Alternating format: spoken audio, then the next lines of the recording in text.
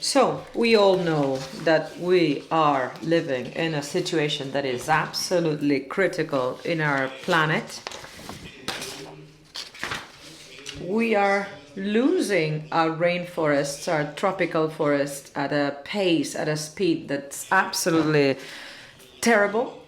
In the year 2017, we lost 29.7 million hectares, which is about 40 football fields per minute during the whole year. It was a little bit less last year, 2018, but you understand what the situation is. So we have lost already nearly half of the trees ever since the beginning of agriculture.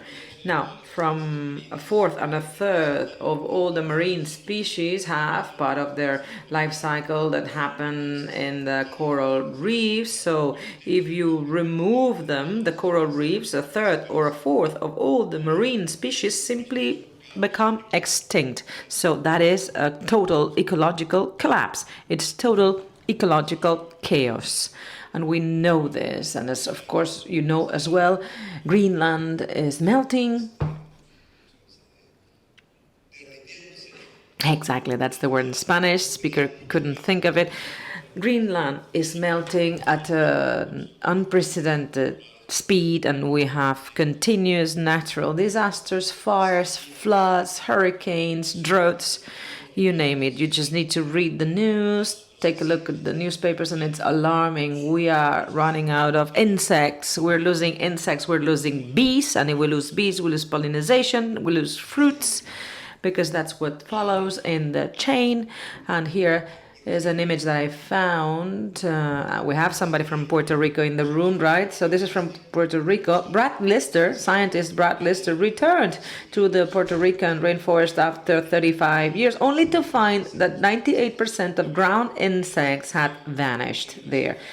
And 80% actually in the leafy canopy. In protected areas, 74% of the insect biomass has disappeared in the highly protected area. So we have a bottom-up trophic cascade, cascade in which the knock-on effects of the insect collapse surge up through the food chain. So insects disappear, hence birds disappear along.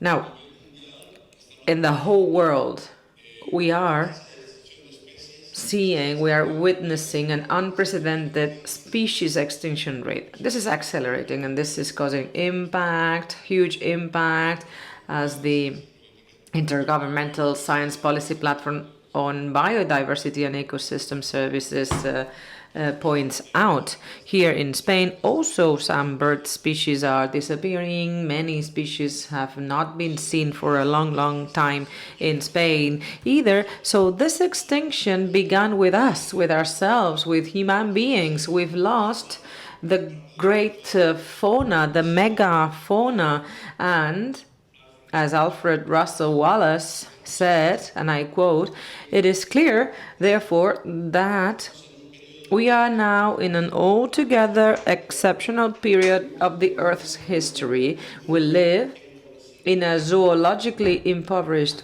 world from which all the hugest, the fiercest, and the strangest forms have recently disappeared."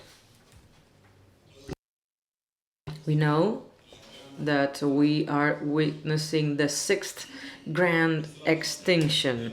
We are living in what's called the Anthropocene.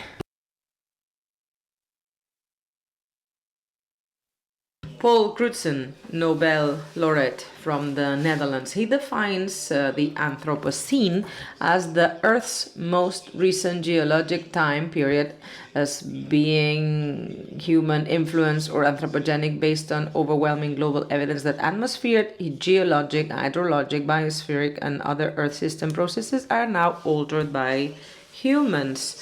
We've just entering into this new era, and we are ending another period which is called the Holocene, fantastic period in time where we had relative climatic stability, perfect temperature, and that was when in the latest 11,650 years, that's when all the changes appeared after the last glacial period. In theory, we should enter another glacial period, but because of human activity, we have an interglacial period, and we now don't know when the next one will occur because, of course, the temperatures are rising. Some scientists say that the Holocene and the Anthropocene would be more or less the same. Some say that the Anthropocene would start coinciding with the beginning of agriculture, and other geologists wonder when the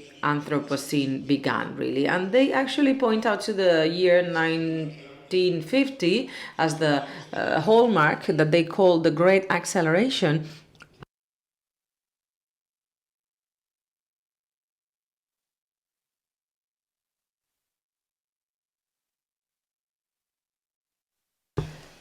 We've experienced a boom in human population, a boom in consumption of everything from copper to corn. We've had increasingly sophisticated, non-biodegradable, geologically detectable waste, what is called technofossils.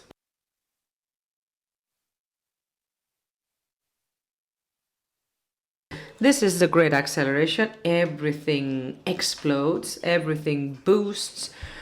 World population, urban population, energy use, water use, tropical forest loss, marine fish capture, terrestrial biosphere degradation, and more domesticated land.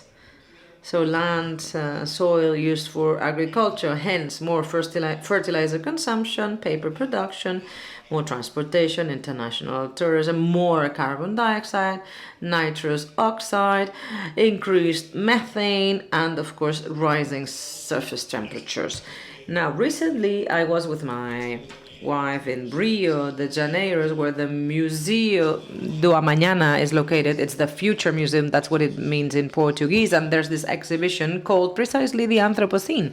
Interesting exhibition at this Museum of the Future in Rio de Janeiro. Fantastic, fascinating, and terrifying at the same time. Now, let's go back to 1950. I was born in 1947 myself, and 1950 is the Great Acceleration. The Anthropocene coincides with my life. We could say I was born in a very small village in the Amazon, no drinking water, no electricity. I was surrounded by rainforests. That is where I was born. But in a short period of time, the Caquetá, this area, is being destroyed. It is destroyed already. And I was reading about the Anthropocene, and I came across this book, The Human Planet, How We Created the Anthropocene, by Simon Lewis and Mark Maslin. They tried to establish a date exactly and trace it back in time. Some go back to the Industrial Revolution to find the beginning of the Anthropocene, and even earlier than that, so there are different dates. But with their analysis, these two authors' analyses, and with different stratified samples taken from different places, they go back to 1610. That's their date. Interesting. And they found this out by sampling ice in the Antarctic and collecting samples in a volcano in Peru. It erupted several times, and in the year 1600 it erupted, and the effects were noticed in Russia. And there's a clear peak there. There are lipids from unicellular algae that show how the ice layer is becoming extinct. Also some protozoa, single-celled protozoa, that also create a small layer of calcium carbonate, a shell of calcium carbonate. So it's very clear.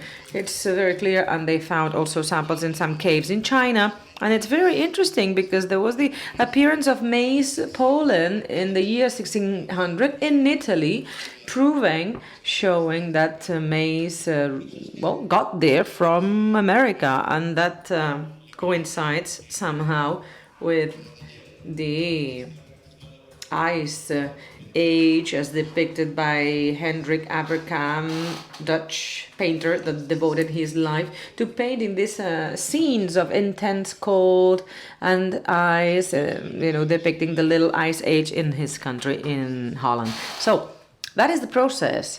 It is clearly a process.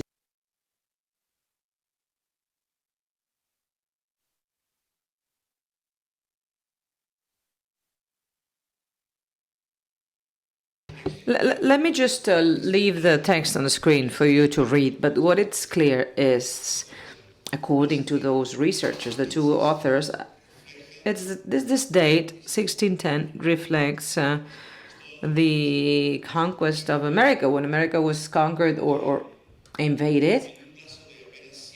In about 100 years or 150, 90 to 98% of the population in the Americas disappeared, especially affecting the Amazon. We still, Wade Davis said this yesterday in the opening ceremony. We tend to think that the Amazon is the ulterior place, the perfect nature, garden, landscape, untouched. We know that's not the case. There were great civilizations there with 10 million people, 20 million inhabitants with their agricultural techniques, and that disappeared. They're the most fertile soils in the planet there, and those soils actually can be transplanted, and the same soil is reproduced, and it's as fertile for agricultural purposes, and this is disappearing. So 1610, clearly we see what happened, and we can clearly understand. First, today it's 1st June 2019. So 500 years ago, Cortés was on his way to America. He reached Cholula, and the greatest massacre happened there. 6,000 people were killed. So mass killings to prevent Moctezuma from realizing that that was serious and that they had to surrender. So here is the date, 1521, Hernan Cortés conquers Mexico. This is, I think, the greatest pyramid in the world. This is Cholula, and there are several pyramids in there. So this is not just a military conquest, but a religious one. In the American Museum in Madrid, you may appreciate this picture, and you see Satan at the back. So it's a conquest by Satan. So on behalf of Christianity, we know the drop in population in Mexico, 25 million, going down to 600,000 people in a very, very short period of time. So it's really difficult, nearly impossible to imagine. Lopez Obrador, the Mexican president, a few weeks ago wrote that the king of Spain should actually publicly apologize because of the Mexican conquest. And Vargas Llosa, other intellectual scholars and intellectuals responded, and they said, you should write to yourself, because it's the Mexicans, and the Spanish living in Mexico today that should think about that, because this is still happening. Thinking about the consequences, actually, this should be a letter to all of us, all the planet, because all of us are privileged and we can travel there and go to that place, and we're here today and listen to the speeches and have a nice lunch. We are all a product of whatever happened there at that time, on those dates. But the question is, how come that happened? How was that even possible? How come those mass killings, those massacres? And David Stannard wonders this. the question is not, can it happen again? The question is rather, can it be stopped? For the genocide in the Americas and in other places where the world's indigenous people survived, this has never really ceased. In 1986, the Commission on Human Rights of the Organization of the American States observed that 40,000 people had simply disappeared in Guatemala during the preceding 15 years, and another 100,000 had been openly murdered. So 1492 is still happening today.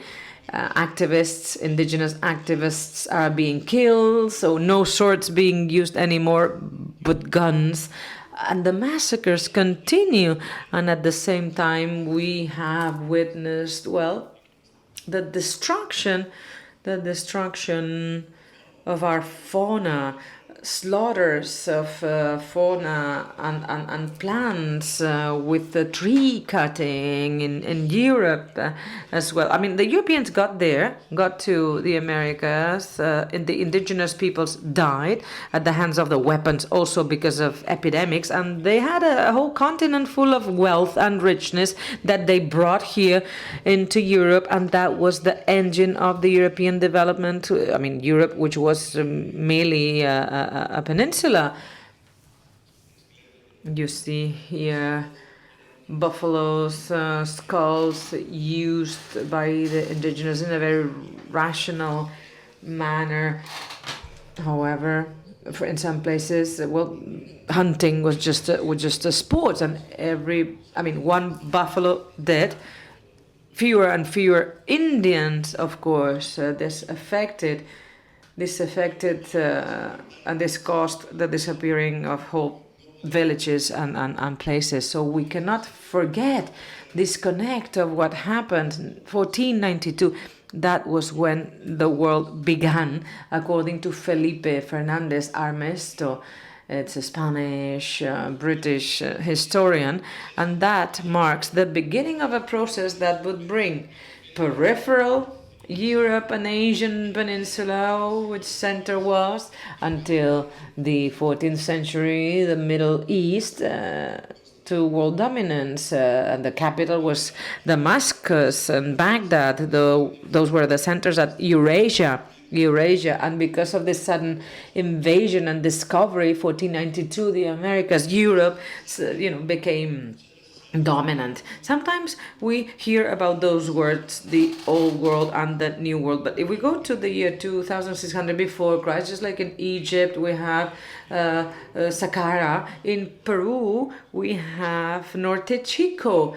At the same time we have Caral, Supe, with at least 32 remains, monumental remains, so evidence of buildings. And Graham Hanko, Egyptologist, asked from me for that slide because he said, I'm going to show this in a presentation about Egypt.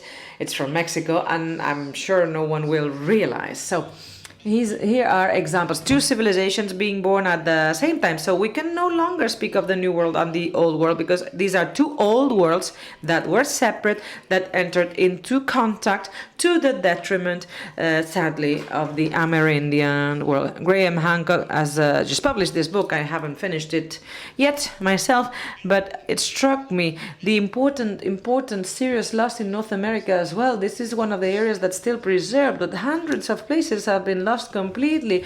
They've become agricultural fields, and not much interest indeed in preserving the remains of the Amerindian culture. So very, very quickly we've moved from mode of living to mode of living, and this is according to the Anthropocene authors. There would be 5 modes of living that we've gone through from the time of hunters/gatherers, where we still had a little minimum fraction of the world, then agriculture, then with the conquest of America, the mercantile capitalism,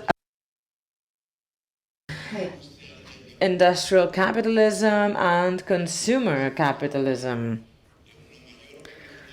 Increased complexity, and at the same time more and more distance vis-a-vis the natural world. The hunter-gatherer has a completely different way of relating to nature, a different way of feeling things.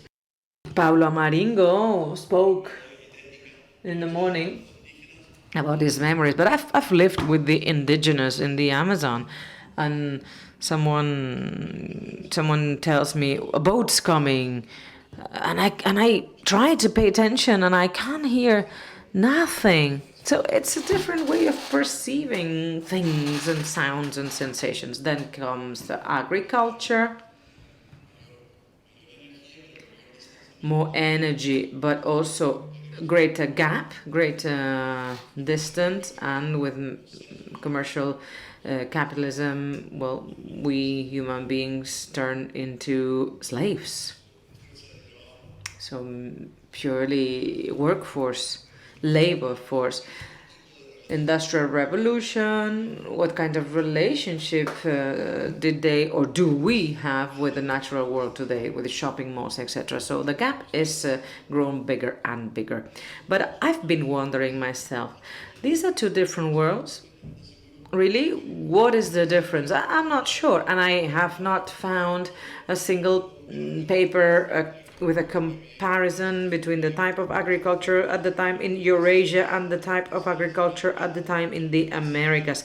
In the Americas, their crops would cover different species. If we go to Amazon, Philippe Descola used to say that in a Shua garden you might find 100 different species. So in the Americas, apparently they did multi-crops, so no monocultures, no monocrops, but multi or plural crops.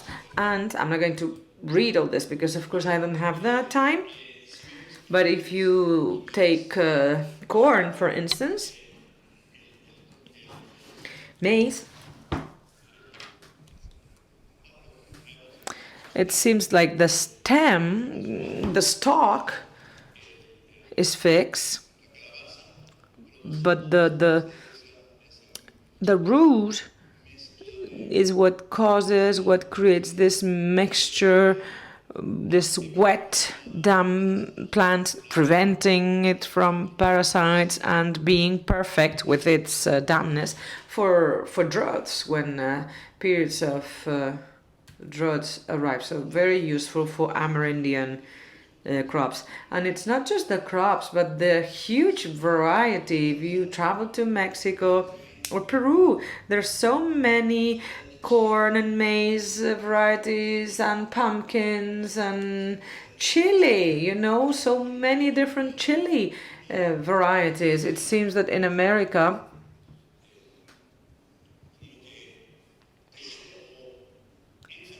they really made great emphasis on diversity, not just species diversity, but diversity within every species. The same applies to potatoes, for instance. And then on the other hand, we have monocrops, another way of seeing the world. And I don't really know how old this is for Eurasia. I took this from the internet. Environmental protection. From Bayer, and these are monocrops, monoculture. This is an example of environmental protection. Terrible. If we think about poverty among the indigenous in Peru, in Ecuador, however, what they eat is so rich in the end.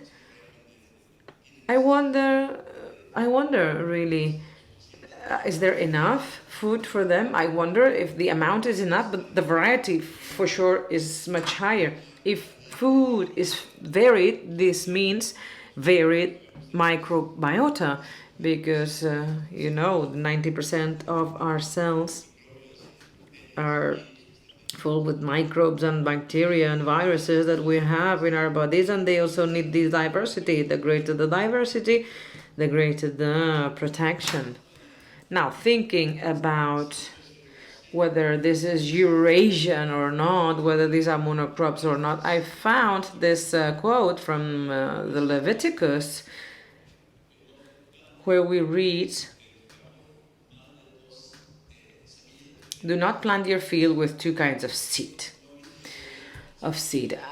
I don't know. I still haven't found more information. I'm always taken to Eurasia. I haven't seen any systematic comparison between the two sides, let's say. I don't know, maybe it's out of my ignorance, and it's just that I haven't been able to find the right sources, but I have this feeling.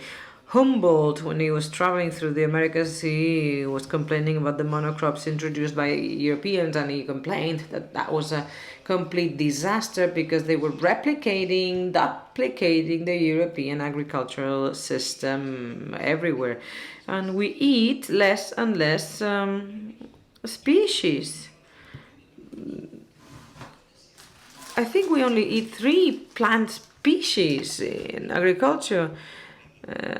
I've lived in Finland for many years, and here in Spain, of course, it has nothing to do. There's more variety here, but still, the number of species that we consume is smaller and smaller, and it's becoming even smaller because of GMOs that are impoverishing our food, and this is impoverishing the soils because the soil needs the variety, and this is also impoverishing our inner biota. So our civilization is taking us to very, very important hypo growth. Animism. What is animism? Tyler disdained animism, saying that it was a confusion among primitive societies that didn't quite understand what was going on. But there's now, another peak of animism, and we see that Alfred Irving Hallowell for the first time speaks about this concept other than human person, and that was literature. But indigenous, of course, would say this for a long time before he did. I don't have the time to explain this, but what is animism? What does it imply? It's an intimate knowledge of the natural world, hence greater understanding of living processes. Animism is a direct, pre-reflective perception, inherently synesthetic, participatory, disclosing the things and elements that surround you, not just as objects, but as expressive subjects, entities, powers, and potencies. And if we quote David Abraham in his book, which is fantastic, by the way, The Spell of the Sensuous, these cultures, these oral indigenous cultures, well, nature itself is articulate. It speaks, and you can hear other voices, the voices of wolves and wind and waves and the seas and the rivers. It's a participatory epistemology. Since I'm really running out of time, I would like to end by showing this book, very, very beautiful book by this Japanese author, Kumiko Uchino, called New Animism, A Recovery of Ancient Wisdom for Global Harmony, because it's animism is the recognition that there is mind in life, that there is subjectivity. Here is an anthology, very interesting as well. I had a contact with animism, and I have the concept of master plant, and that's what I found out in 1980 with Emilio Andrade and other indigenous shamans. I was preparing yahe, ayahuasca, myself with Mr. Cordon, and I would see those bubbles in the preparation. And he said, you see, those are people. So that's the recognition that somehow we need to change from being an object to being a subject. What surrounds us, they're non-human people, and they're very beautiful books. This one by Monica Galliano, Thus Spoke the Plant, as in Thus Spoke Zarathustra. And we have also the work by Jeremy Narby. Biologists, they call themselves ecologists and evolutionists, so they use other names because they want to, establish a link between biology and dissection or anything like that. They're finding intelligence in nature. What's happening is that the indigenous animistic world is bridging the gap is getting closer to what many biologists find out. Paul Stamets, biologist, he explains that the mycelium is an organism and highly intelligent. So how are we entitled to cut a tree like that? I mean, we've just arrived and we feel we have the right to do so. Here's an interesting book by Rupert Sheldrake, published a long while ago, The Rebirth of Nature, that I also recommend. He was with us. He joined us for a little project weeks ago, and I was impressed. I had this idea that monotheistic religions are totally against traditional societies or traditional animism, and he said no, in Christianity they would coexist, monotheism and animism, but little by little this was lost, especially through the scientific revolution, and we've ended up with a very impoverished religion, even if this is radically changing.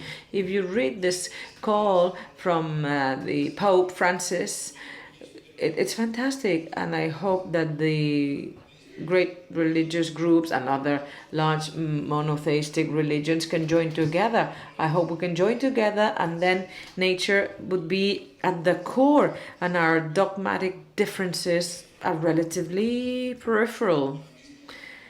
Animism has not ended. It's still there in our movies, in our fairy tales, and some positive things are changing. Not everything is negative. There's a big reforestation in China. Ciudadanos, this political party, have nothing to do with the gentleman on the screen, but they're saying they want to plant more trees. That's what they argue. But we're fighting, and the sacred plants really play an important role. Yesterday, when we paid tribute to the pioneers from Spain, they would all refer to the same, what ayahuasca brought to them, and they all would mention their renewed contact with nature. So all the holy plants, that they're taking us there, they're leading us, the mother, the grandmother.